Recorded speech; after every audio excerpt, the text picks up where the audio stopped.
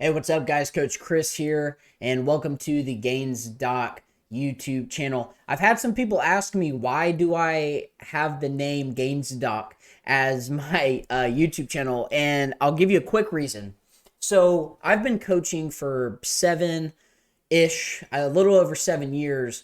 And over that time, I've worked with a ton of people. And one nickname that has been brought up, it got brought up by one client, and then that one client told all of my other clients to start calling me that. So now it's kind of, it's kind of my nickname. And I think it's cool because it's not a nickname I gave myself. And so I've decided that that's what we're going to call the YouTube channel. And when, of course, if you guys watch me stream, that's what I go by, is the Gainz Doc. And so, off topic. So let's get into it. Kicking off a training principle 4-part video series here on the channel. I'm really excited about this. It's going to be the first of many series to come. If there's specific topics or anything like that that you guys would like to see, either as a standalone video or a multi-part video series, let me know in the comments. And also, I have to say it really early. If you guys enjoy my educational content or have enjoyed it on the past before I moved it from Instagram to YouTube, please consider dropping a subscription with notifications turned on. That way you can get up to date on any videos that I post in the future. And plus, it really helps me out because the YouTube algorithm, along with every algorithm out there, is not kind to people who don't have subscribers and liked videos. So if you guys could take 2 seconds to click those two buttons, it would really help me out, and it's greatly appreciated. So before we get into the actual content of today's video, which you can probably tell by the title, we're going to be talking about training frequency. I want to give a quick preface for the entire video series itself, because I think that's important to understand what exactly it is we're going to be covering over the next 4 videos. And so whenever I was thinking of this, series, I knew I wanted to make it multi-part, because when you're looking at training principles or training concepts, there's a whole list of stuff. I could spend probably 6 months with individual videos talking about different topics when it comes to training. But what I've done is, because most people don't have 6 months to just sit around and wait for me to make YouTube videos, what I've done is I've identified the 4 most important that I have determined to be the most important, I should say. And I believe if you can understand these principles and concepts, whether you're a beginner or whether you've been training for a long time, understanding the 4 things that we're going to talk about throughout this little video series here, it will help you to be sure that you're on the right path. You're able to individualize a program, whether it's a pre-written program, or maybe you're working with a coach. You want to make sure that it's tailored to you. The concepts that we're going to talk about, the principles that we're going to talk about throughout this series will help you to do just that. And so that's the context of this training principles video series. So let's get right into it. So, like I said, we're starting off with the topic of training frequency.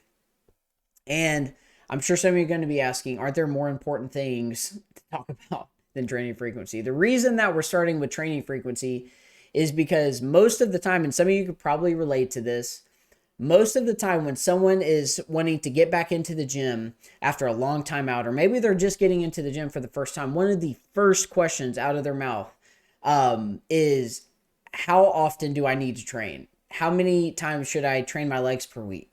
Things of that nature. And so that could be answered by addressing the topic of frequency. So frequency, I'm not going to give a textbook definition here, just one that's really easy to understand. I'm going to give you actually an example. So when we're talking about frequency, we're talking about the amount of times that we're going to train a muscle or muscle group in the span of a training week. And so we're going to define a training week, just to keep things simple, as a normal 7-day normal calendar week, okay? Because that, most people will relate to that. You can always get into 10 or 12-day, training calendars, but we're not going to get into that. Different topic for a different time. So the amount of times that you train a muscle or muscle group in a training week or training cycle, okay? And so an example of that, if we're talking about bicep training frequency, we train our biceps on Mondays and Thursdays. Our training frequency would be that of 2, right? Because we're training it twice. It's pretty easy, right? And so why does training frequency matter? Well, it's going to have a lot of implications in the key areas that it's going to affect you, especially if you're not doing it right. is it is going to affect your recovery, it's going to affect your progress, and it's going to affect your performance. And so really making sure that we dial in the frequency to, and we're going to talk about the factors, so I don't want to spend too much time on them now, but really dialing in the frequency based on a few factors, like I said, we'll talk about in a second, can really have big impact on those three areas: your recovery, your performance, and your progress. Because if it's not done correctly, you may actually find yourself going backwards, which none of us have time for.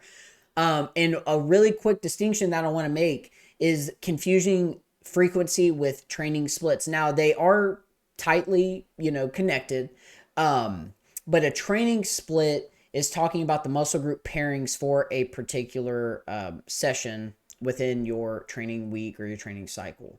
And so while frequency says how many times are you going to train a particular muscle or muscle group, a training split says this is the order in which I'm going to train, and these are the muscle group pairings I'm going to train together. So a common example would be a push-pull leg split. That's not telling you how many times you're going to follow that in a normal training cycle or training week. It's just telling you those are the muscle group pairings that you're going to use within your training session.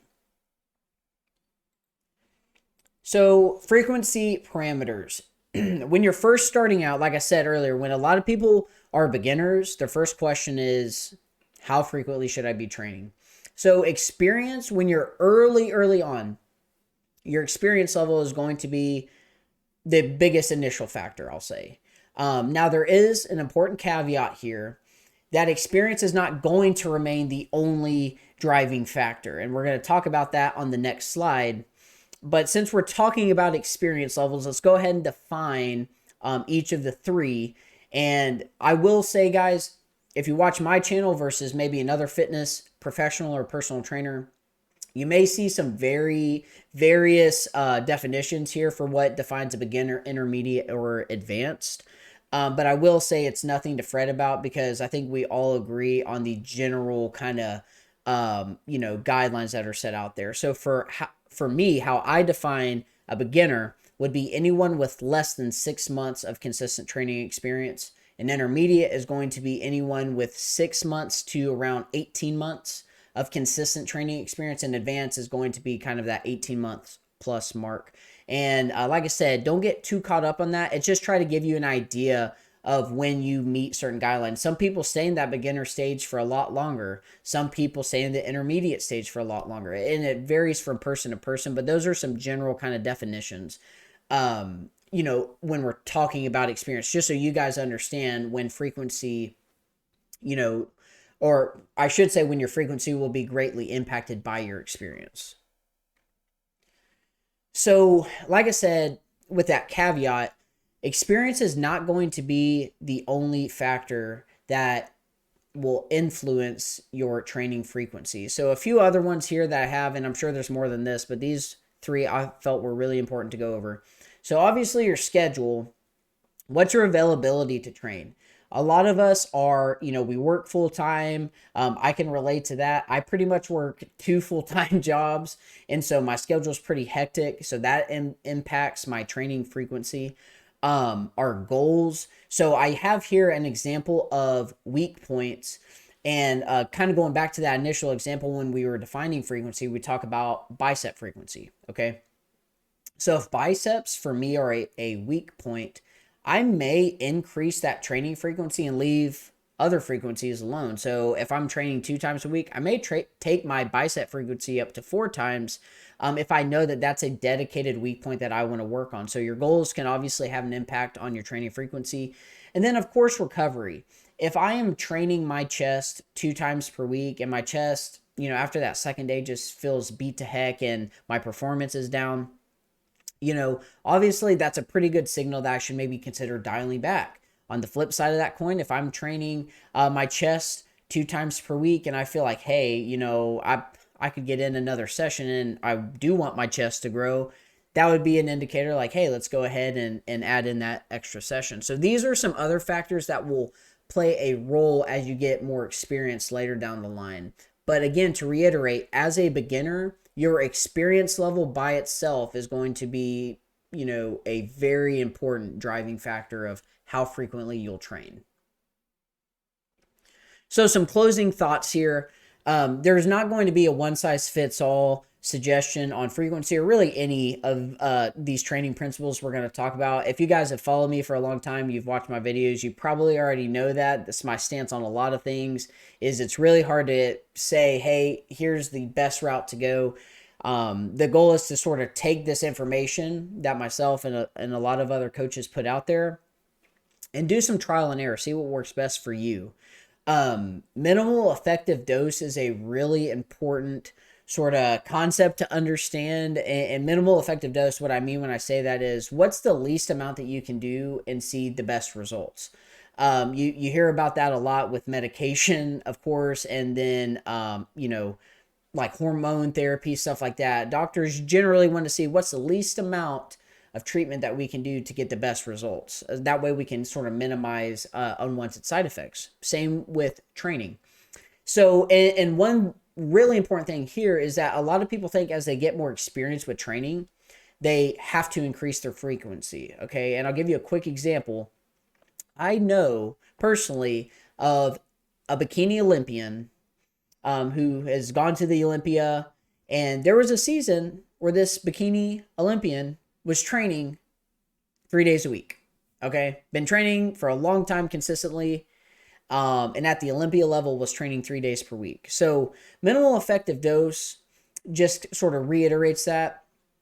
More is not necessarily better. You want to do the least amount that you can get away with while still seeing optimal results. And so it doesn't matter really if you're getting super, super advanced. You want to still take, in my opinion, that minimal effective dose. And there's going to be times where you got to, sort of force some things. And that is a bigger factor as you get advanced, I will say. But minimal effective dose, generally speaking, will keep you healthy and keep you seeing results in the long term. And two key things to really focus on as you go throughout, your entire weightlifting journey or your fitness journey, I should say. Performance and recovery. We've already touched on this. But those two will remain really consistent indicators of your frequency sort of needs and if there are adjustments that are needing to be made. And so you always want to be mindful, how am I performing in the gym and how am I recovering afterwards? Because those two things are going to have a great impact on your results and your long-term success. And so I hope all of this has made sense. If you have specific questions or maybe you have a specific scenario you'd like me to go over, you want to sort of pick my brain, I am more than happy to do that. You can drop it in the comments or you can email me. My website and everything is down below in the description. So that's going to do it for this video. I will see you guys next week when we talk about training principle number 2. Until then, stay healthy and God bless.